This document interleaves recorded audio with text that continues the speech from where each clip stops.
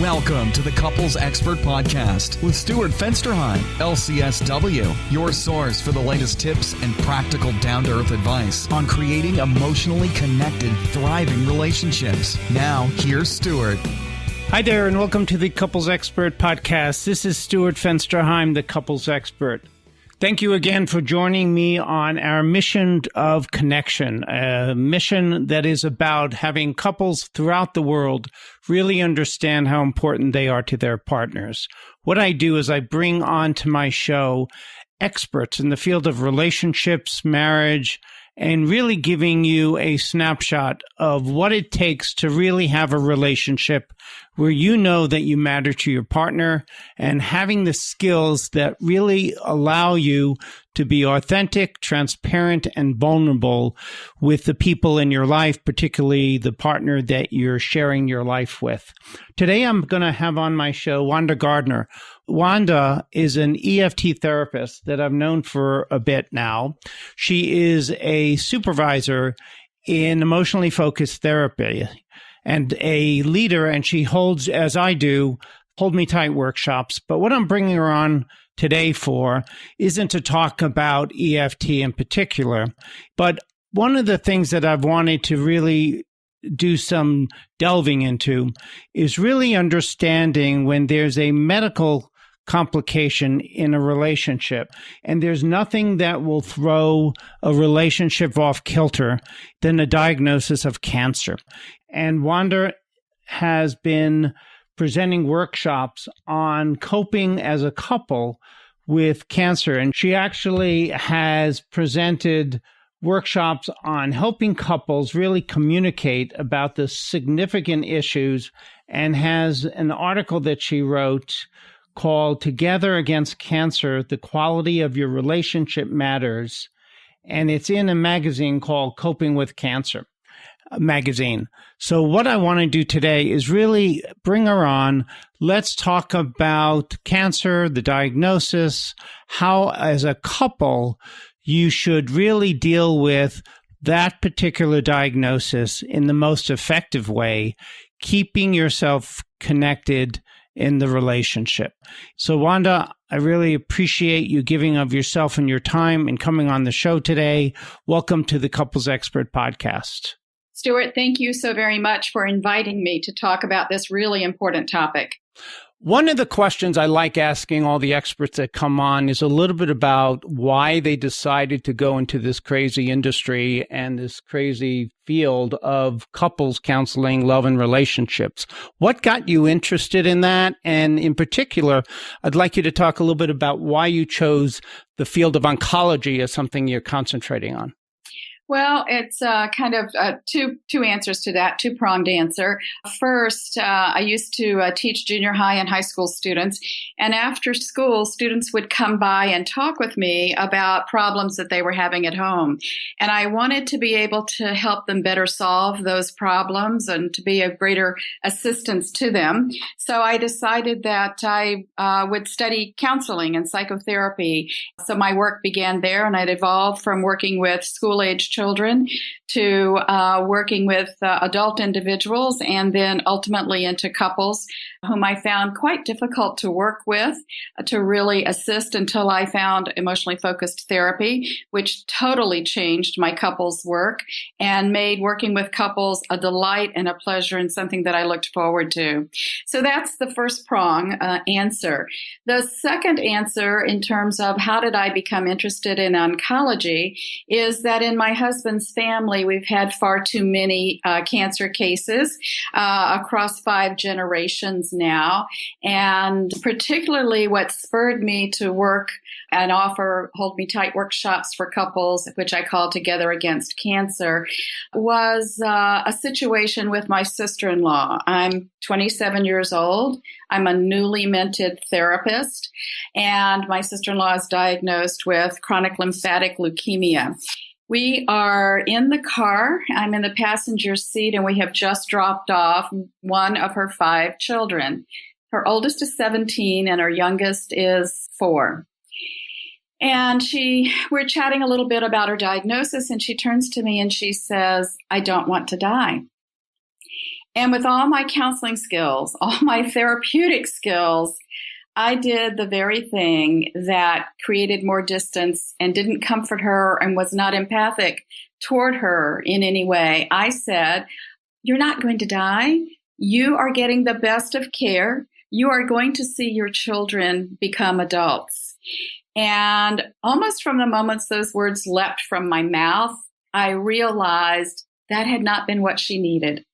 That had not been what she had wanted. My intent was positive to support her, but I didn't know how. And that set me on a journey of learning how to go into those really tough discussions.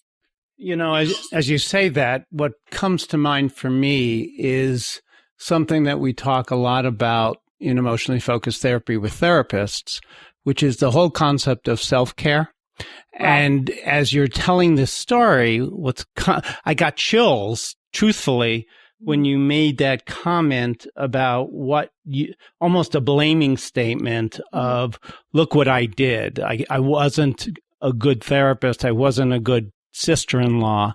Mm-hmm. I think there's nothing more painful for us who are counselors when we have our own personal tragedies. Yes. And how do we deal with the fact that we, in our heads at least, feel like we should know better? Right. You know, so that story you tell is just a wonderful example of whether we're therapists or whether we're just Joe Blow on the street, how we have to just be present and let people experience what they experience. That's what I'm hearing. Right. Experience what they're experiencing and to express what they need to express. I wish, with what I know now, I wish I had been able to turn to her and say, "Tell me what's going on. You know, tell me more about that." To just allow her that opportunity to share her fears and everything that was upsetting her and that she was concerned about. She just needed someone to help her hold it. That's all. Right. And I think the other thing that I think in that situation was helping you, or not that it's her role to do that, but the experience was about letting your own fears of losing her be present there and letting her know how much you care about her and that it's understandable that she may be afraid of dying. Right. It's a normal and natural reaction to such a devastating and terrifying diagnosis. Right. And I'm thinking, you know, as we're talking, we're here, you have sister-in-law to sister-in-law, and imagine if it's husband to wife in that same exact scenario.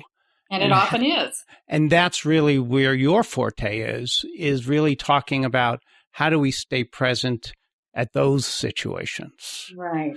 What are you finding for couples seem to get in the way the most that don't allow that relationship to be as healing as it might be? Well, I think there are two things. I think there are the fears that come up, and out of those fears, the behavior of protection. I find that in my workshops with cancer couples that each partner is trying to protect the other, trying to have a brave face, trying to be the cheerleader, and avoiding talking about the fears that they each have. There's this elephant in the room, and they both know it's there, but no one is talking at all about it. And so those are the two, challenges that I see. The ways in which it manifests in couples' relationships is primarily through protection. Right. And one of the things you and I did in our introduction to the podcast is we talked about the whole concept of the medical community and how I think the medical community sometimes shoots us in the foot.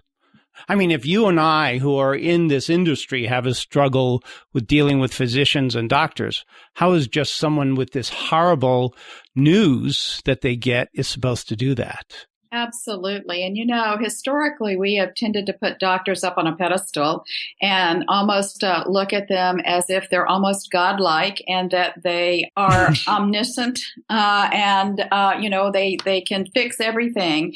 And like you, having docs in the family, I know that that's not true. They're just normal human beings, just as you and I and everyone else. And they're continuing to grow and learn. And I think it's important for us when we are either the cancer patient or we're the partner or family member of a cancer patient, if we're asked to as a family member, to do research and to find out what this diagnosis means, what are the possible causes, what's the prognosis, and to constantly be asking our physicians and medical staff questions of, out of a tremendous amount of curiosity.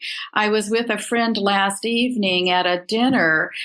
We were talking with another friend his father was just recently diagnosed with metastatic stage 4 lung cancer. And that friend who was trying to comfort this woman shared the story of her husband who had nasopharyngeal cancer. And the doctors did not want to do a particular procedure on him, which was essentially some sort of aspiration of the lungs to get rid of fluid. And the doctor said, well, he only has a 1% chance. And, you need to accept the fact that this is terminal and that he's going to pass relatively quickly. And she turned to him and she said, my husband may be that 1%, and we are going forward with this procedure. And her husband lived for a tremendous amount of time after that, several years after that. Had she not advocated for him, had she not stood up in a way to the doctor, he might not have lived as long as he did. And with quality, I might add, that he lived. And the other piece is, I think sometimes the thing that I get upset about is the little amount. I think it's a little better now. The little amount, particularly with people who deal mostly with surgical kinds of issues, like cancer and things like that, it becomes a statistic. And Right. and they lose sight of that this is someone's husband, father, friend, brother, and that 1%, I'll take it if I believe. And I think this is changing, but I think a lot of us believe the diagnosis of a cancer is a terminal diagnosis. Yes. And that's not always the case. And that's one of the things I want to make sure my listeners, at least, and I know you do a good job with this, making sure people understand where we are today is very different than where we were 20 years ago. It's very different than where we were 5 or 10 years ago. In fact, I do a lot of volunteer work at Moore's Cancer Center, which is a national cancer institute here in La Jolla, California. And the amount of research that's going from bench to bedside very quickly today is offering tremendous hope. We have the genomic sequencing that we can now do, and we can identify what specific kind of cancer this cancer is that's located in the lung. It's not really a lung cancer. That cancer has its own genetic code, if you will. And when we can do the genomic sequencing, then we can identify chemotherapeutic drugs that will attach to that cancer and reduce it, or in some cases, put it into full remission. That is an incredible advancement just within the last 5 years. And the new immunotherapy that goes along with the genetic sequencing. It's really an exciting time in cancer research and cancer therapy. And there is so much more hope today than there has ever been. I know you're not a physician, so I don't want to put you on the spot too much with this, but some of my listeners may not have any knowledge. And if you don't know, it's perfectly acceptable to say, I don't know. But how would you explain what genomic sequencing is to those that don't know? Well, essentially, it's taking the cancer biopsy and it's sequencing the DNA code of that particular tumor.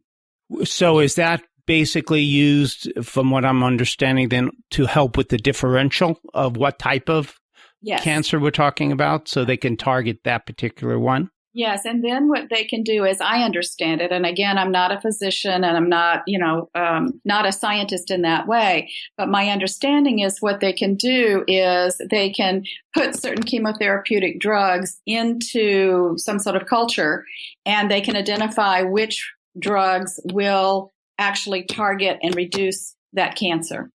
That's pretty exciting. It's very exciting. It's very exciting. And there's a huge project going on right now to sequence these cancers and these tumors so that we have a bigger database from which to draw information so that we can match, someone who's diagnosed with cancer so that we can match their genomic sequencing to others that we've identified already and know what to treat them with, so that we're going to be able to have very specific treatment for a patient versus the cannon blast of just broad, chemotherapy. And then with all the side effects that come from that. Absolutely. And there will be side effects from these, various cancer drugs that are indicated for particular cancers. However, you can avoid some of the side effects from, the kill it all kind of mentality which has been the only thing we've had. Sort of like doing an atomic bomb as opposed to something else. As opposed to a drone strike. Right. And what that does, and so, because for me and you as relationship experts, some of these medicines, some of the drugs have such a huge impact on people's ability to be intimate and to really be able to be present for each other, that sometimes the cure is worse than the problem. Right. Right. And so for some couples, it becomes a question of quality versus quantity. And that's so hard because everyone wants quantity, but the side effects of chemo and the side effects for radiation for some people is extremely difficult, and it's very challenging for them to cope.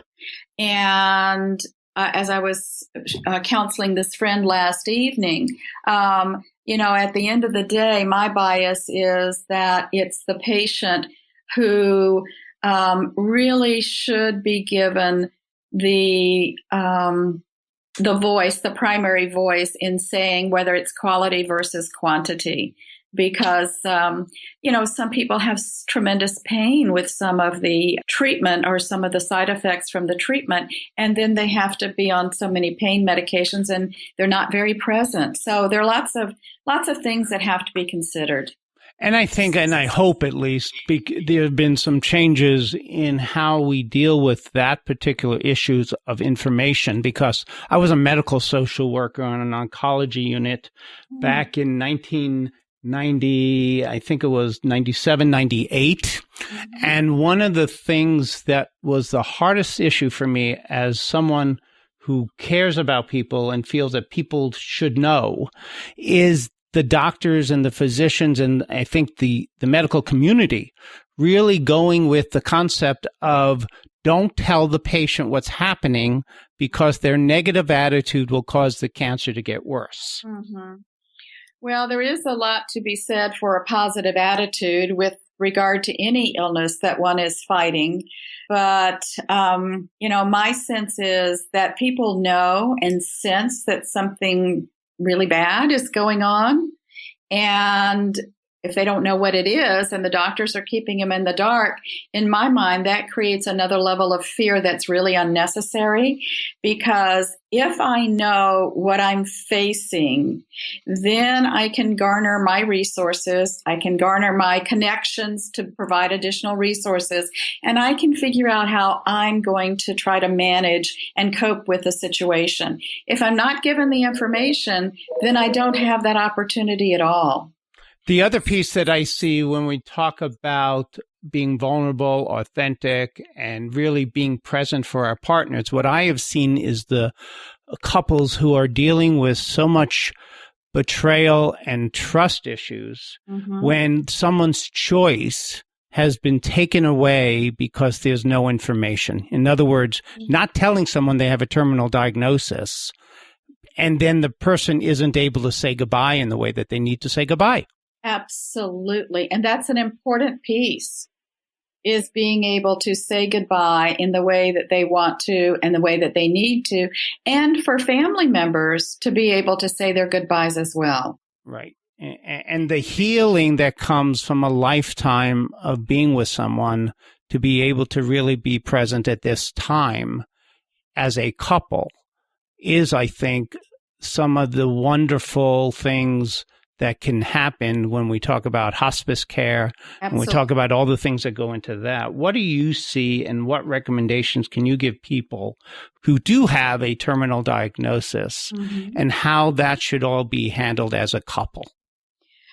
Well, as you talk about the end of life issues, I would always encourage a couple to face all of those issues and all pieces of the end of life decisions together as a couple through, conversation about what each person wants, what each person may fear, or what each person is concerned about, and have those conversations and be sure that an advance directive is in place so that each of you are clear on what the terminally ill patient wants. And I think it makes it so much easier. I know from my own experience with my mother when she passed, it was so much easier to make decisions knowing what her wishes were. And I felt as if in the end, I was honoring her wishes by following through with what she had requested. So I think that's important. Palliative care and hospice are really wonderful pieces of treatment that we have available to us today. And for anyone out in your listening audience who may be facing hospice care or going into palliative care, I would highly recommend for the partner of the patient to get a copy of and read a book called The Final Gifts. It is a book written by hospice nurses. Did you say gift? Final Gifts with an S on the end. Oh, okay. GIFTS, right? Correct. Okay. It's an amazing book that walks you through what the transition is, what it looks like, what some of the behaviors of the terminal patient are looking like at the end of life, so that you understand what's going on and don't, misinterpret. I recall a woman that was in one of my caregivers groups years ago. We had been talking a lot about this and what some of the behaviors are as someone is transitioning. And when she got the call that her mother had passed, the nurse said, her mother had been in a bed with the bars around it because she'd been thrashing. And she had been told that her mother had one arm and a whole leg over the crib, let's call it, the bars. Mm-hmm. And my client interpreted that as she was going home, that she had been called to go home. And that was such a comforting thought for my client, who was left after her mother passed. And so these are some of the kinds of things that the Final Gifts can help you understand. And it can also help you understand the importance of some of those very important conversations that need to be had. Some of the conversations that have not been had in a family over the course of a lifetime, that in order for the person to transition peacefully, do need to happen. I can't tell you the number of families in the 30 years that I've been working as a couples counselor that I've been able to convince. Sometimes I get the one person in and try to convince them to do couples counseling at this time. And they say, "Are you nuts? Mm-hmm. Couples counseling now? I got to deal with this, and this." Mm-hmm. And I say, "Yes, but this is really important." So they come in. If I can get them to do that. Mm-hmm. When you were talking about sort of the end of life issues of couples who have said to me down the road, this is the one thing that has made the difference to make this an easy transition. Right. Because I now can look back at my life and my partner and I together and say, we were a united couple. We loved each other. When if they didn't do that, that never would have been the experience. Right. And not only does it make that transition time a much sweeter, easier time, but by the same token, if couples can come together earlier in the diagnosis and have the conversations about the fears, for example, conversations about why they're doing, why are they building a gazebo in the backyard? Well, the husband thinks that the wife wants to be outside. She's been a gardener all of her life, and he thinks he's doing something positive and he's showing her love. And all she sees is, he doesn't care what I think. I don't want the damn gazebo. I want him. Do you see a difference for couples that are struggling with this in terms of their cycle? I mean, it's sort of an interesting question. Is there a different kind of cycle that you tend to see with couples who have this kind of diagnosis? I think that's a very good question. And I don't know the complete answer to that, Stuart. What I would say is that it's important when you're working with a couple to know what their pre-cancer cycle looked like. And then to work with them to understand, okay, when the cancer diagnosis came, how did each of you shift? What was the impact of the cancer diagnosis on the cycle? And help them begin to look at that as well. Does the cancer become a trigger? Well, certainly it's a trigger for massive fears for both of them. And it's an event that happens, so it is a trigger from that standpoint. And each of them reacts to, cancer comes into the relationship and that creates fear. And each partner is going to react to the fear. And in many cases, they're going to react in very different ways. Which is the whole piece of the cycle that I've talked a lot about on this show, having to do with interpretations and assuming something's a fact when it's an assumption, and that whole piece of the year cycle. And what would do that stronger than fear of death? Exactly. And, the unfortunate thing is that some couples are in trouble before there's a diagnosis such as cancer. And when you have a diagnosis like cancer, it can be a really transformational point in a couple's relationship.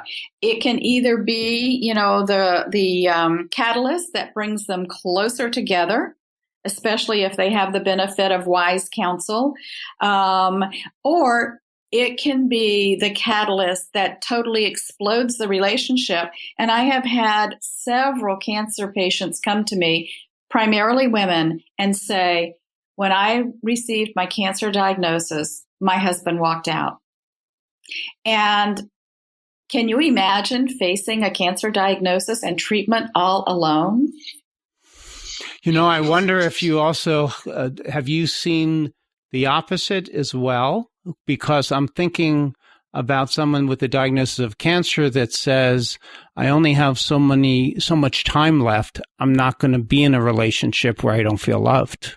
I haven't seen that. That hasn't been reported to me. But maybe there's more fear with that whole piece of being alone in this that you may not see that as much. But I can only relate to it from one situation that was recent. And the patient was really struggling with the fact that they felt that the partner had a foot out the door, and it was hard. It was hard for that individual to find hope, even to fight for her life. Her bigger priority was on what can I do to save this relationship? Right. And the other piece, I guess, I'm thinking about with this that, could be for some couples, a diagnosis, if it's not a terminal one, could also be the one thing that turns their whole world around in a positive way. Absolutely. Recognizing how fragile life really is. Absolutely. And, shifts people out of their normal behavioral patterns and normal perceptions into seeing life and the relationship in a whole new way. And perhaps in terms of being much more cooperative and open and less rigid. And sharing your real feelings, that whole dialogue of trying to get couples to say, every day you make a difference to me, when they feel it but don't say it. Oh, when you have this kind of diagnosis, you know you only have so much time left. Right. You better say it. And so that will bring a lot of people forward to say that. And I have seen so many cancer patients demonstrating what I call genuine love because they know they're short timers.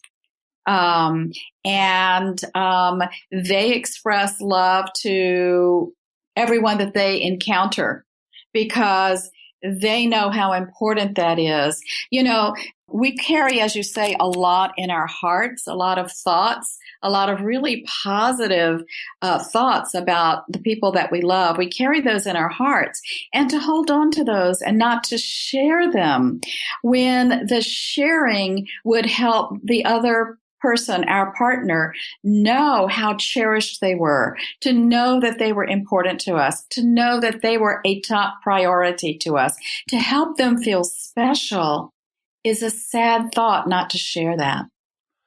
And for me, the message today of our dialogue, yes, it's about cancer. Yes, it's about coping with a terminal illness potentially. But I think the other message that I would like people to hear today is don't wait for tomorrow to tell people how you feel. You have to do that today. Absolutely. And whether you have a diagnosis of cancer or not, right. I would support that very thought. You know, when a couple can come together when they're facing cancer and are able to connect at that very deep, vulnerable, emotional place, talking from the heart, not feeling they have to have an answer or to solve any problem, but just to listen to each other and to be heard by the other. There are so many tremendous benefits to the cancer patient. It's an incredible drug, I think. It's like a vitamin, or it's the best chemo that's available because, number one, when a patient feels safe and secure in the relationship, their immune response is increased. So that's a very good thing. Their incidence of rehospitalization is reduced. Their need for pain medication is greatly reduced. Anxiety and depression levels go down for the patient, and they also go down for the partner because, you know, sometimes we forget the impact of cancer on the partner, and partners often suffer a tremendous amount of anxiety and a tremendous amount of depression when their loved one is going through a cancer diagnosis and treatment. And that as the partner, there isn't a better drug than you. Exactly. That is the best drug. And while it can't cure cancer, there is a journalist, photographer, John Kaplan, who, when he went through his leukemia treatment, I think it was leukemia, he said, when love comes in, it kills cancer. And while in reality, love can't kill cancer, love can make coping with cancer much easier, and it can improve and boost that immune system and make the course of cancer easier on the patient. And what we know with all the research that's been done, the release of oxytocin, when you have that experience, and you and I both, I'm sure, use in our Hold Me Tight programs, the study that Sue Johnson did, the MRI study. With Jim Cohen. Soothing the threatened brain, exactly. which if you want to catch it, guys, it's on YouTube, really shows you that there is truly a change in our physiology when you're with someone that loves you. Absolutely. And, you know, you were talking a little bit earlier about each person, having their own thoughts and ideas when a cancer diagnosis comes in and then not being able to share those with each other. We're not silos. We weren't meant to be alone, and to carry our fears alone is traumatizing. So to be able to share them with someone who will just listen, who will help us hold them, if you will, makes it much easier to carry. And a much easier place, as we've talked a little bit already today, to really say, my life is at an end, and I need to just sort of accept this and have it be a shared moment with me and the person that has loved me for most of my lifetime, or the lifetime that I have left, and that time, whatever it is, can be incredibly beautiful. Absolutely. They did a 75-year study, Harvard study, which was on men because it was an all-male school at the time when the study started. And they were looking to see what made men successful. And in the study, what they found was that it was their relationships that made them successful. And so at the end of the day, if we are not successful and feel connected and secure in our relationships, then life's not so easy. Right. And I want to just thank you, Wanda, for coming on and talking about this so important topic. And what would you say, just sort of as a closing kind of question for you, in terms of your own experience as a clinician, helping couples, helping families, what have you found and learned about yourself through the years of working with this and through your own experiences that may have surprised you? That may have surprised me. About yourself? I think probably that when I was able to let go of the sense of being different and was able to share my own vulnerability, to find out that others actually had some of the same feelings that I did. And it helped me not feel so different anymore. It helped me not feel alone.